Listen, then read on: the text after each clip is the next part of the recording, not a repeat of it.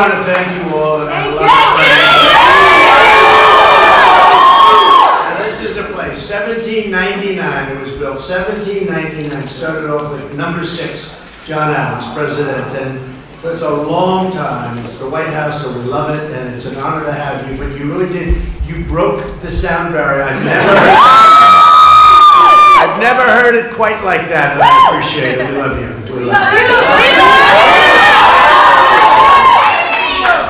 And I'm honored to welcome everybody and these incredibly talented and unbelievable, patriotic young American leaders. You're going to be the leader, somebody I would be almost willing to bet, maybe even willing to bet, somebody in that audience right here, right in front of me, is going to be standing here someday. You got a good shot. You have a good shot. You've done incredible work to get to this position, and I have tremendous respect for it. We're glad to be joined by our terrific Vice President, Mike Pence.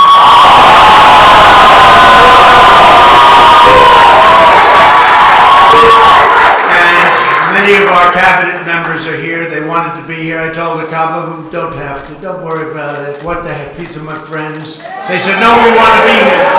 So we have a lot of our cabinet members here. And to every young person, you represent America's future. You are the best and the brightest, the bravest and boldest. And someday you are going to be setting records like nobody before.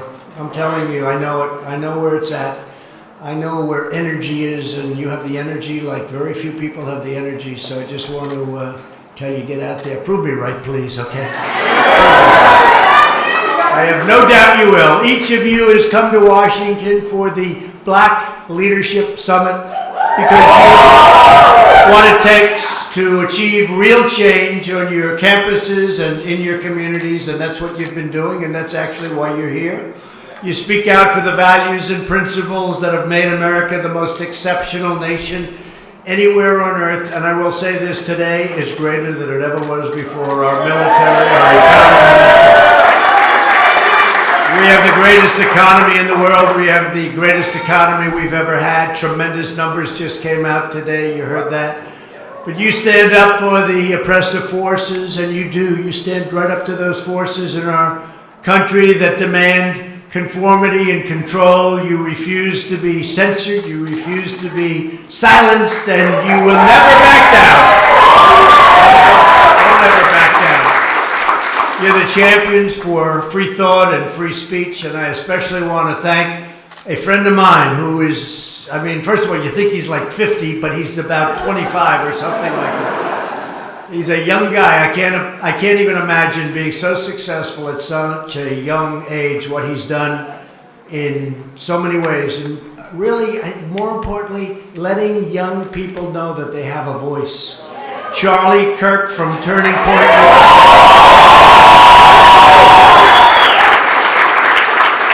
Charlie, you've done a fantastic job. Fastest growing organization of thought in the country. He's something. Thank you very much, Joe. I appreciate you being here. And we're also joined by a friend of mine, just got married.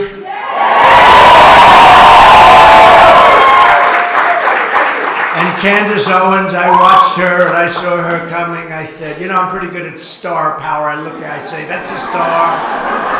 Every once in a while I'll see somebody, you know, it happens about once every 5 years. That's all it is, but I'll be watching. I saw Candace probably 3-4 years ago. How long would it be, Charlie? 4? Maybe 4. I saw this woman on television. I said, man, I don't want to mess with her. She's tough. She's tough. Now, I'm not allowed to say it. You know that. I'm not allowed to say it anymore, but she's also beautiful, so I'll say that. It's true. Under the Me Too generation, we're not allowed to say it. So all of you young, brilliant guys, never ever call a woman beautiful, please. You're not allowed to do it. And I've kept doing it, and I've never been told by that woman never to do it. Just say, thank you, sir. Candace, would you come up here and say a few words?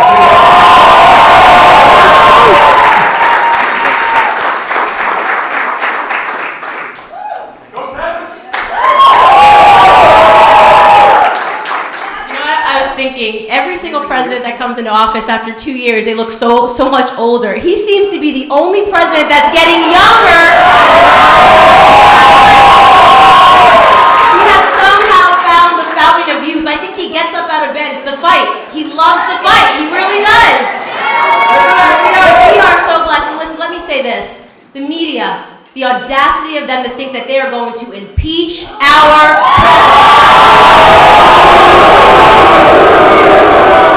is not happening. It's absolutely not happening, not under our watch. We need to make sure we fight for this man, the one man who is standing up for Black America. We are going to fight for, guys.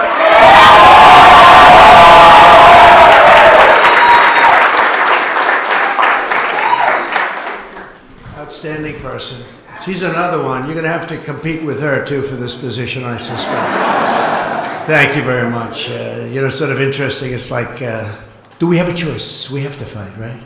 We have to fight. We have to fight for everything, whether we like it or not. Another man who's been so incredible, Jerron Smith. Where is Jerron? Is he around here? Jerron Smith. Man, have you done a job. You've done such a great job, Jerron. At least come up and shake my hand, will you? Come here, Jerron. He works with us, and he's actually not, I always say he's so elegant and so quiet and so nice. They say, you don't know the real Jerron, so I want to say that. But what he does in the job, he's done in outreach and so many other aspects of our lives is incredible. I want to thank you, Jerron. Thank you very much.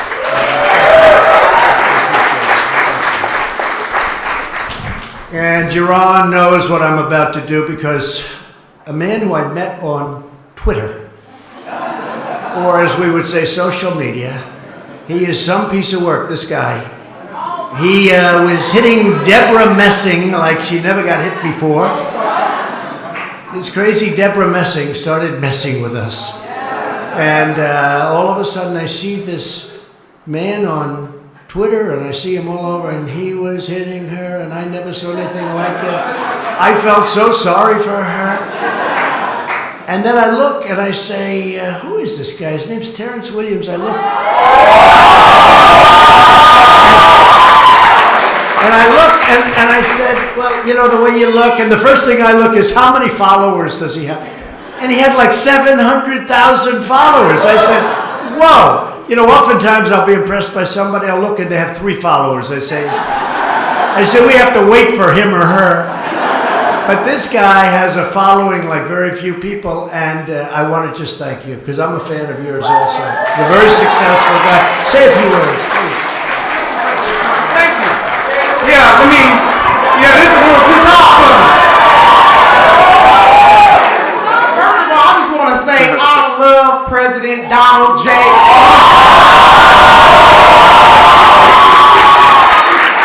The media is attacking him, but when they attack him, they are attacking us. Because he is out here fighting for us. And they are harassing you, Mr. President, so they are harassing me. And I want to say one more thing here. A while back, President Trump said, when he was talking to the black community, if you vote for me, what do you have to lose? Because the do-nothing Democrats have done nothing for the black community. 2020 is around the corner, and we have a lot to lose now because President Donald J. Trump has done so much for the black community. Thank you, President Trump.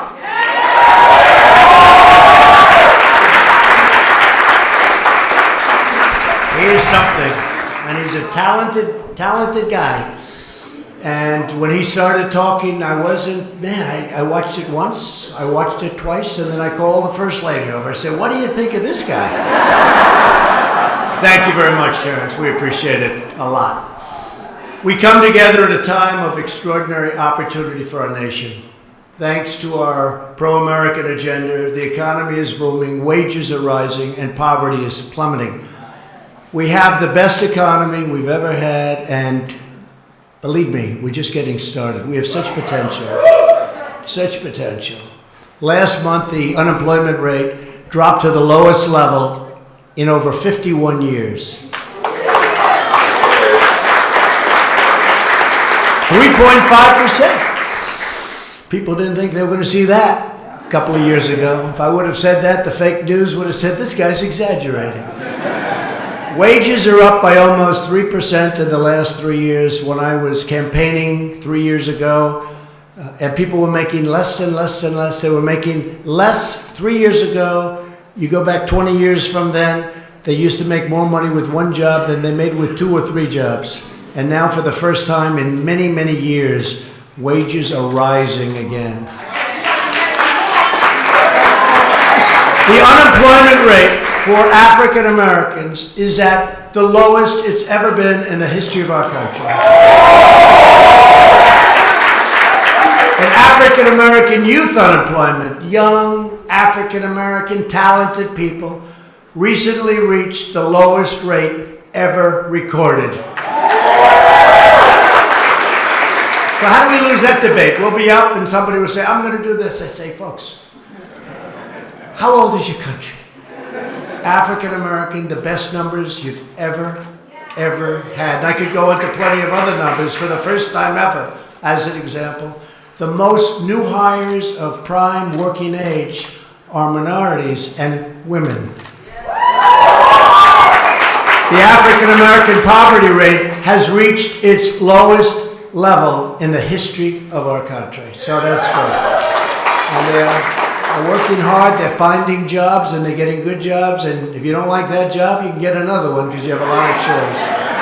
It's like the military. We got them choice in the VA. They could go find another doctor. They could go out. You know, by the way, just because a lot of people are vets, the vets were treated horribly. You don't hear that anymore. You don't hear it. Now, they'll go out and find some vet somewhere in this country that isn't happy. And that person will become a star overnight, right? But you don't hear it anymore. But we did a thing called choice. And that's where people were waiting, our great veterans were waiting for 2 days, 5 days, 5 weeks, months to get a doctor. Now they have to wait it all. They go outside, they get a good doctor of their choice, and the doctor gives us a bill, we pay the bill. And you know, the least important thing is it actually costs us less. That's the least important. The most important thing is we take care of our vets.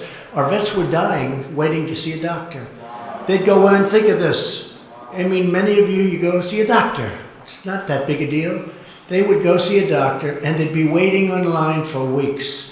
And they'd be sick, but not bad.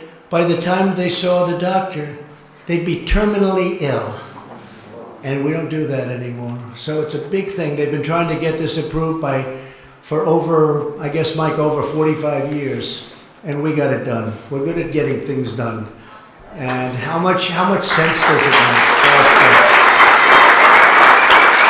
So you have choice also. You have choice in your jobs. You don't like your job, you go out. We have a great economy. You go out, get another one. And it's incredible how well you're doing. Our agenda is lifting up citizens of every background, race, religion, color, and creed. But while we are fighting every day to build up our nation, the far left only wants to wreck, ruin, and destroy our nation. And you know better than anybody, for the last 3 years, Democrat lawmakers, their deep state cronies, the fake news media, they've been colluding in their effort to overturn the presidential election. 63 million people voted, and to nullify the votes of the American people. And many African American people voted for Trump. Even then, now they like me more because I said I was going to do it, and now I did it, so you better come.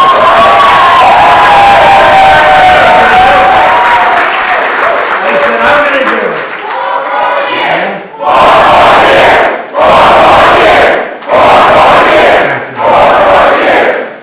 But you remember I'd make speeches, and I'd go through a list. I'd be talking about the African American community, and I'd go through a list of worst poverty levels ever, worst crime ever, worst schools ever, worst this. I'd go through 10 things.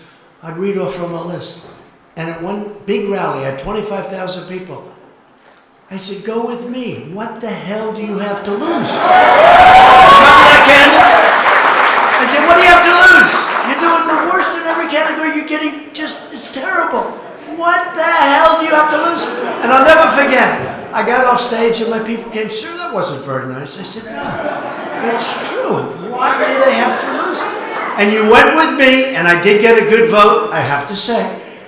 You went with me, and now you have the best employment numbers you've ever had, the best numbers, the best poverty numbers, so it's good. But the radical Democrats are willing to do anything to smear anyone and to lie about everything in their craven quest for power and money and other things, I guess. I don't want to tell you what those other things are, but they're not good, although maybe when the camera's shut off, we'll talk. They're trying to steal your vote. They're trying to steal your voice and steal your country. They're trying to steal your country. And they don't have what it takes. Shifty Schiff. How about Shifty Schiff? He got 4 Pinocchios today in the Washington Post.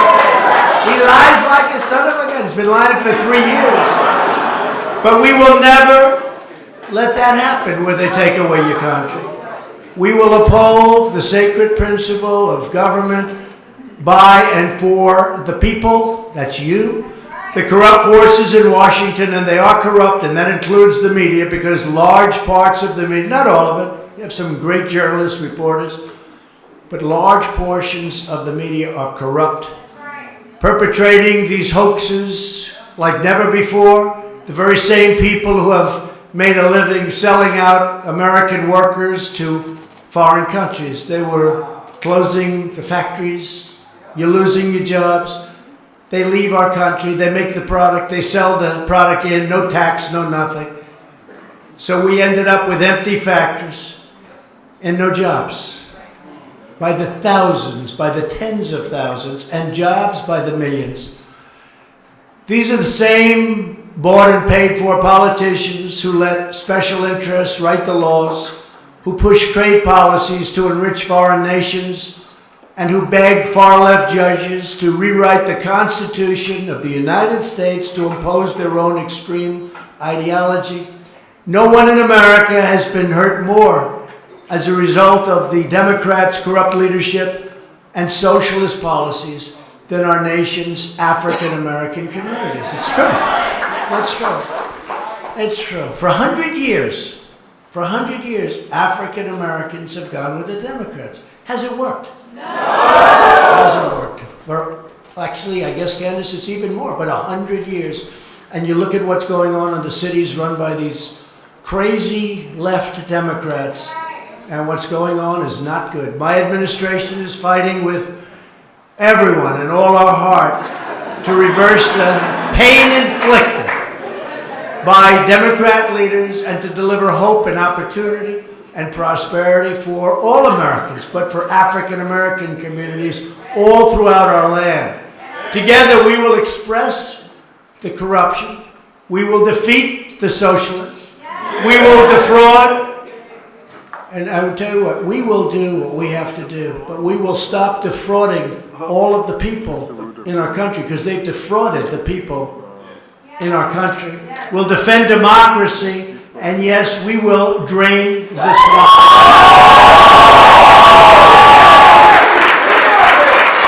African Americans built this nation. We built this nation.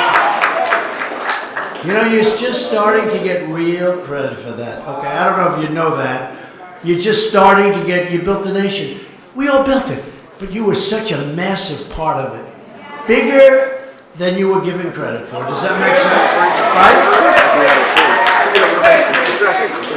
But with Candace around and Terrence, that's not going to happen for long.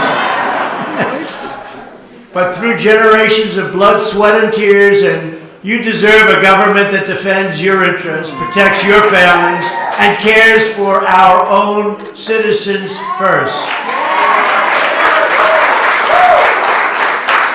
You know, at the border where they want the open policies, they want open borders, they don't want walls. They actually do want walls, but because I want it, you know.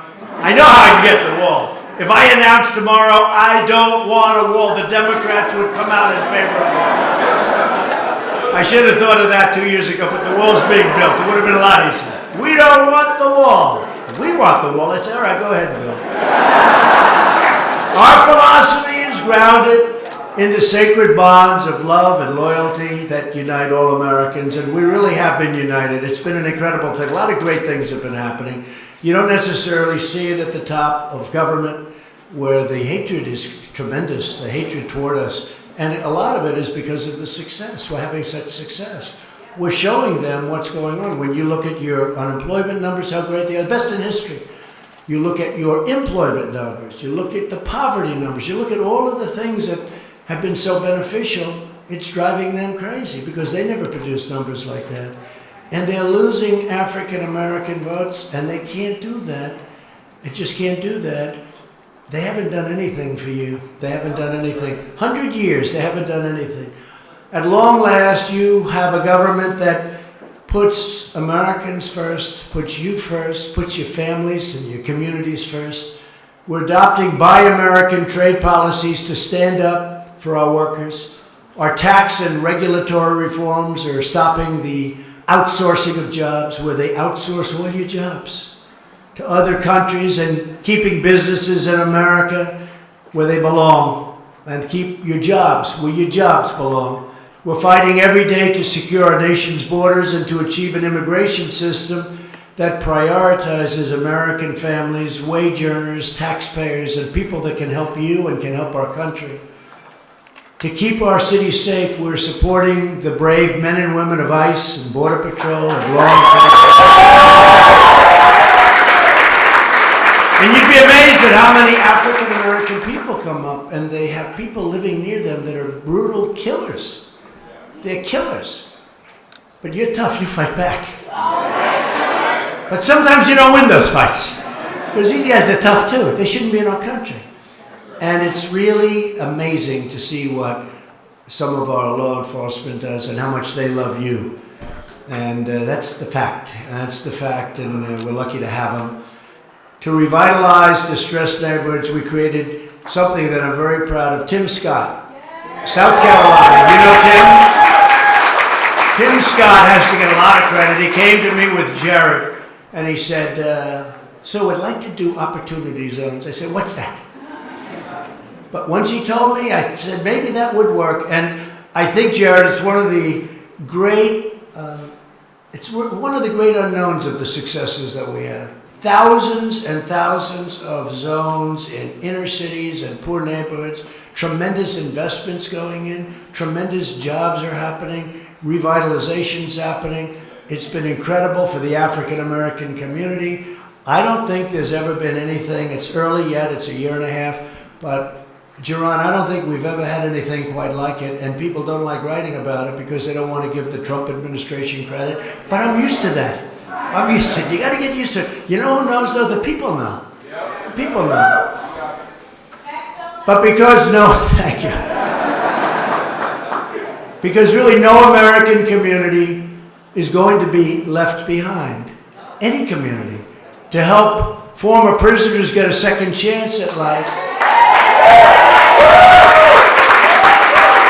We passed groundbreaking, and this is with liberals and conservatives. Some of the most conservative people in the Republican Party were so in favor of it.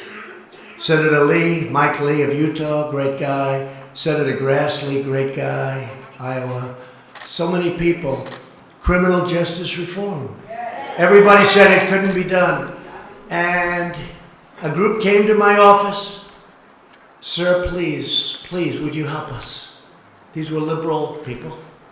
And I said, I will. Van Jones was one, nice guy. I wouldn't say he treats me too good, but that's okay. Van Jones.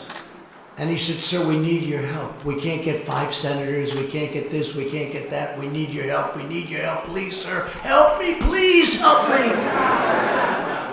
I said, I can get you those 5 senators. And I called 5 or 6 or 7 to get the 5. Sometimes you have to call a little more than the 5 if you want to get the 5, right? You'll learn. A couple said, could I take a pass on this, sir? But I got 5 people, right, Jared? And we got the vote, and people were shocked. And nobody else could have done it. And they've been trying to change this for the African American community, for the Hispanic community, for other communities, but really the African American Hispanic communities by far benefited the most. And they've been trying to do this for decades. It started with the Clintons. It was not good, right? Remember when she ran and she had that young African-American woman who was tough. Maybe it was Candace. Could that have been you, Candace? But no, I don't think so. But I remember how she was so angry at Hillary Clinton. But they passed that.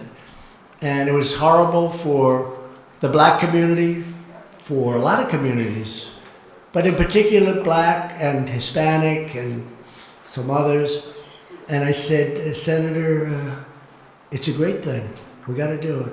People are in jail for 40, 50, 60 years for a crime that isn't even a crime today. Right? Isn't that right?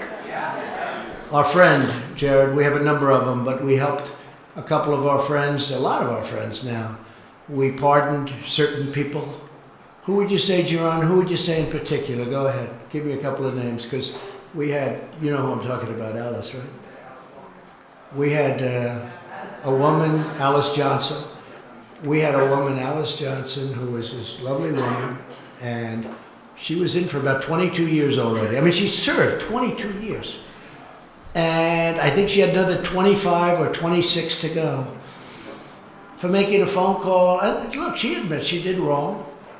But today it would be slightly different, like maybe not enough, to be honest with you.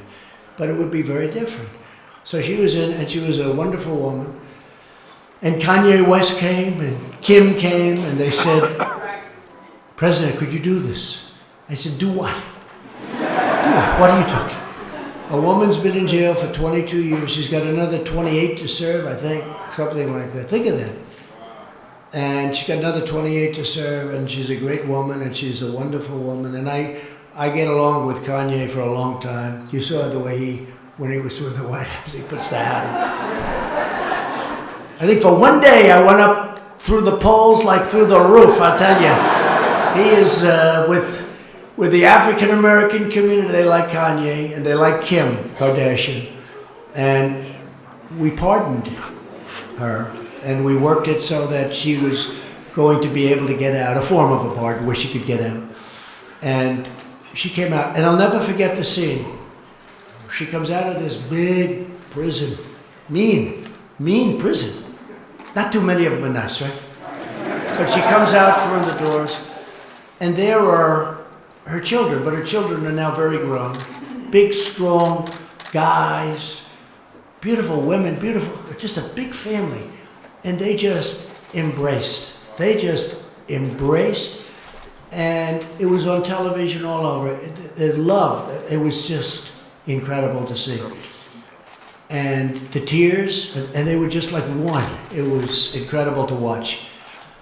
And they said, we have to do it with others. And you called Alice. I know that, Geron and Jared. Come on, give those names. They're great. Right? Right, Brenda? Right. Right? That's right. The prosecutors are doing things that they weren't doing before, right? That's right. Thank you very much. That's great. Boy, you have a good memory. That's very good. Because you work with it, right? It's from the heart. When it's from the heart, you always remember.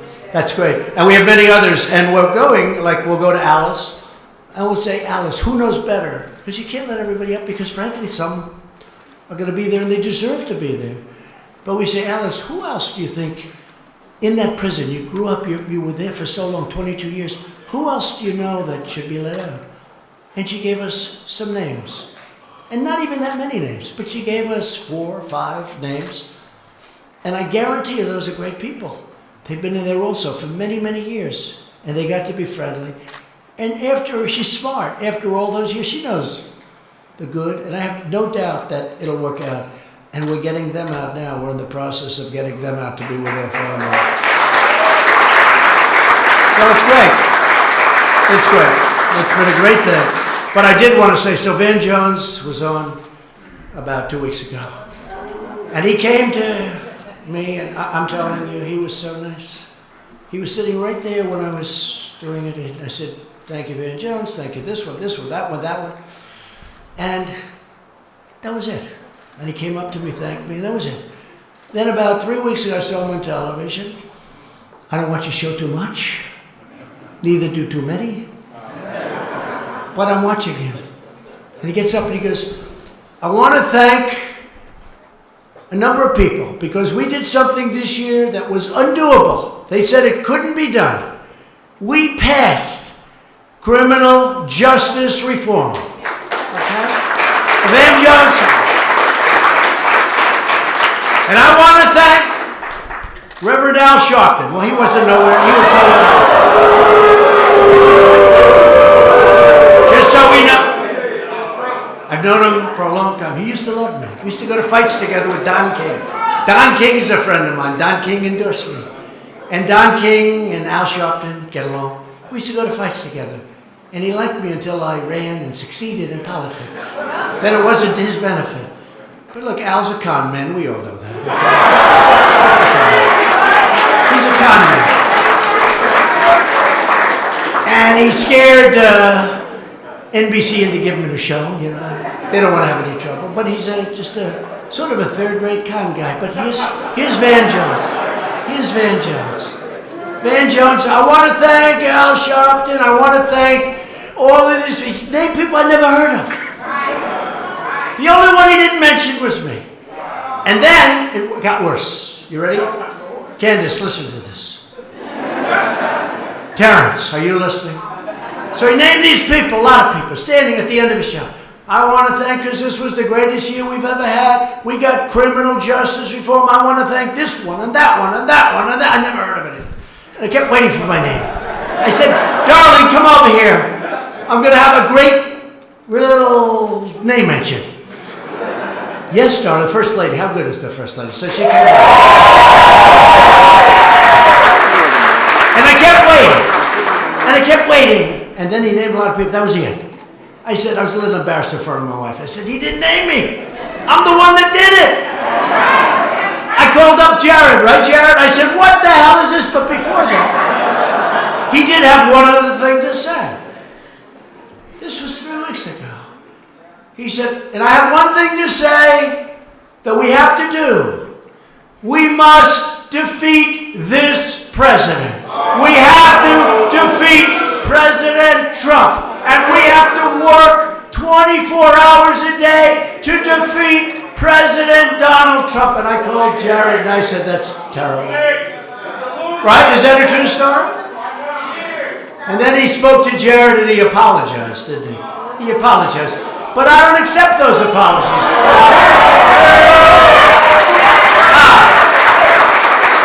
Should we get back on the script? Okay. No, they say no, this is boring.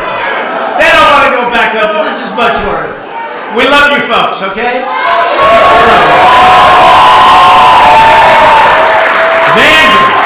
Van Jones, he's another beauty.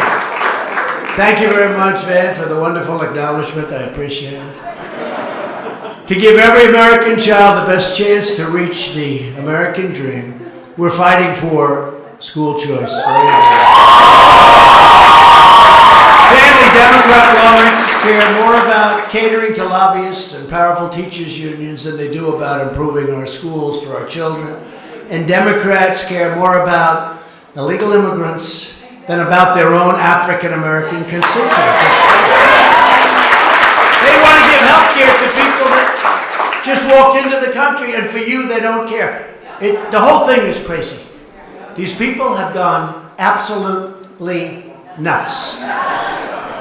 While we're fighting for the American way of life, the hard left and the radical left is working to trample the rule of law, erode individual liberty, and exert a far-reaching control over our lives. Left-wing censors have launched an all-out campaign against free speech. That is why they are trying to silence, deplatform, cancel, punish all of the proud conservative voters, all of the proud African-American voices that know what's happening and know how to become big, successful people, help other people. They want to silence you.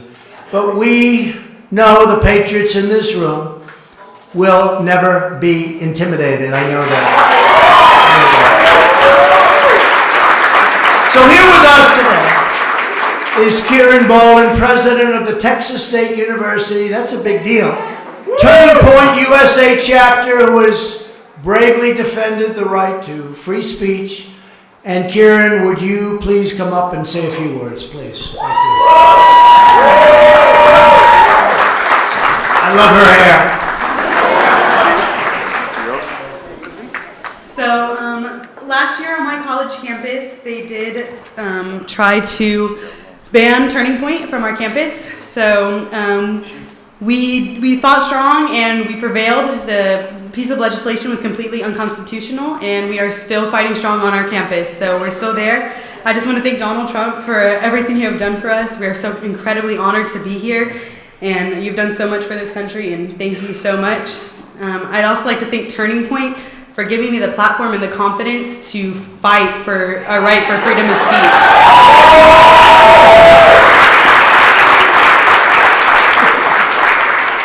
It hasn't been easy, and it will not be easy, but being a part of Turning Point and be able to see all of you accomplish so many of your goals and to help fight for the freedom of speech, it's honestly amazing. It gives me so much hope. Our generation is playing a vital role in keeping our First Amendment rights, and we're going to continue to keep up that fight. So all of you on your campuses or in high school, I know a lot of y'all are in high school, continue to fight for your right for freedom of speech, because you know where you stand, and everyone else can know where you stand too. So just keep up that fight.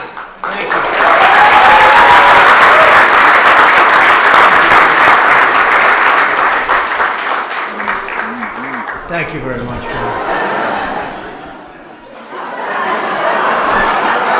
I gotta get the other cheek.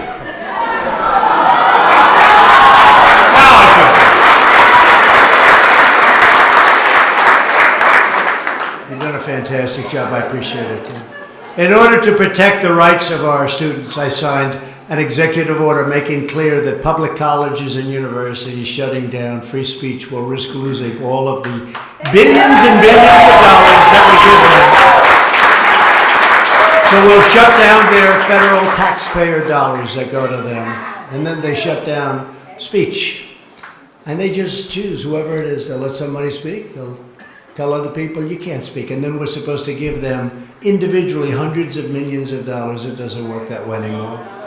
I've also tasked my administration to explore every possible solution to stop social media giants from restricting your rights to speak your mind. And Candace, you had a problem with it, I know, and other people have had a problem. Some people in this room have had a problem. Terrence, have you had a problem? Huh?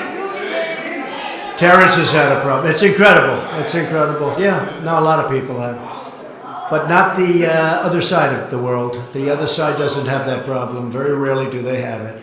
We must preserve the fundamental American rights that generations of Americans have sacrificed everything to secure. With us this afternoon is Ben Okoroki. That's a great name. I love that name. When Ben was 14 years old, he legally immigrated to the United States after suffering many hardships in Cameroon, which I hear is a beautiful, beautiful place. Cameroon. Oh. Wow. One person from Cameroon. To give back to our country, he joined the United States Army and honorably served for 4 years as a very talented field artillery specialist. A lot of talent, they say. Ben, we salute your noble service, and please say a few words, Ben.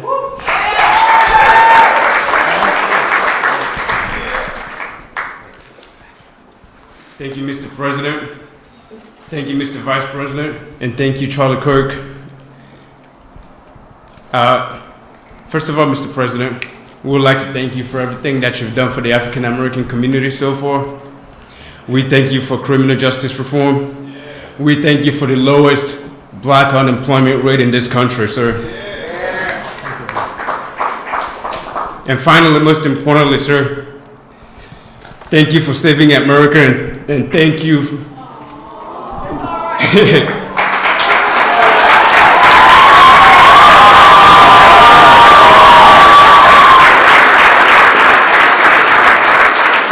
Finally, sir, thank you for taking on the fake news media, sir.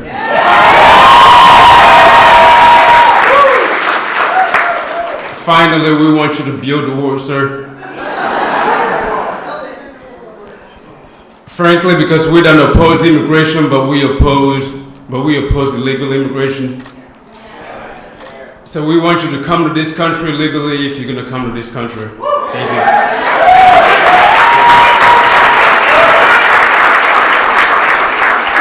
Thank you, Ben. And that's from the heart. That's from the heart. That's what it's all about. The young leaders in this room remind us that true power in our nation is not found in government or hallways or anywhere. It's found not in the media boardrooms. It really is where the strength is. It's in our people. It's in your hearts. It's in your courage, your spirit, your faith, and your pride. Together we will defend the benefits and the beliefs that you want and you have and you're entitled to, the traditions and God-given freedoms that make our country the greatest in the world, and even I think we can say right now the greatest in the history of the world, just like your unemployment numbers, greatest in history, that's the greatest in history also. You are my friends. I'm never going to forget you. You've been incredible. You've been incredible. Whether it's Jiran, the job you do, or Charlie, I appreciate it, or Terrence, or Candace, you're all special people, very, very special people. And you're doing something very important. I don't even know if you know, maybe you don't know. And you know, sometimes you're so into something and you just don't really feel how important it all is. What you are doing is so important for your community and for this country. We will renew the values that unite our people as one America. As one team, we will build up our nation. We will lift up our forgotten communities, and we will defeat any threat. We will beat any challenge. We will overcome every obstacle, and we will achieve a glorious future of American greatness beyond our wildest dreams. And that's what you're doing. To everyone here today, keep up the great work. And I just want to say, from the bottom of my heart, God bless you, God bless your families, and God bless America.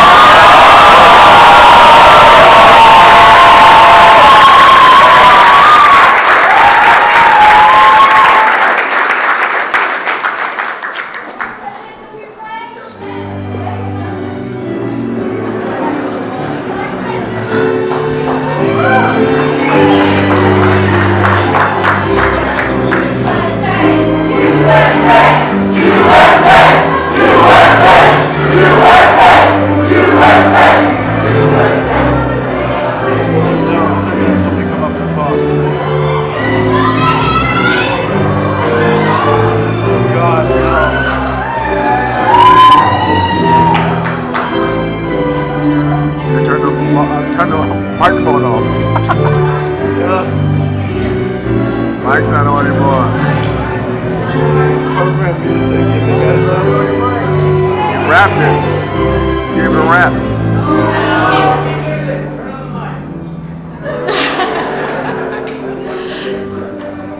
I'm not really good with prayers or anything like that, but I just want to say thank you, Mr. President.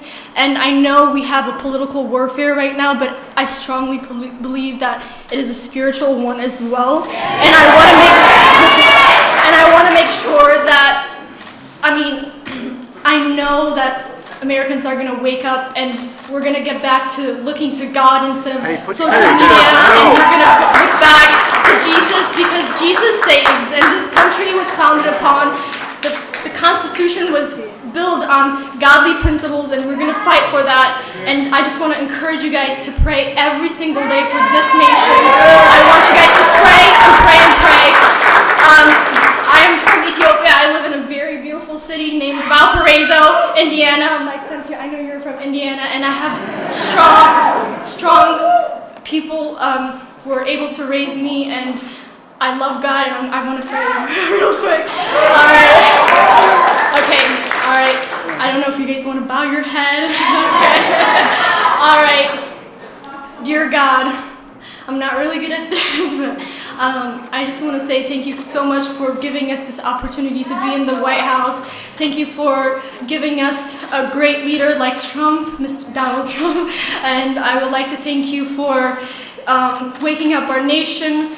God protect us. God protect our president as he's going through so much right now, so much scrutiny. God, I believe that you gave him to us, and I believe that he's going to accomplish so much more. I know you have more for us. Jesus, I ask you to protect us and walk with us. In Jesus' name, the enemy tries to attack us every single day. He tries to discourage us, but he has no room. He has no room, no more. And that's all I have to say. Oh my God.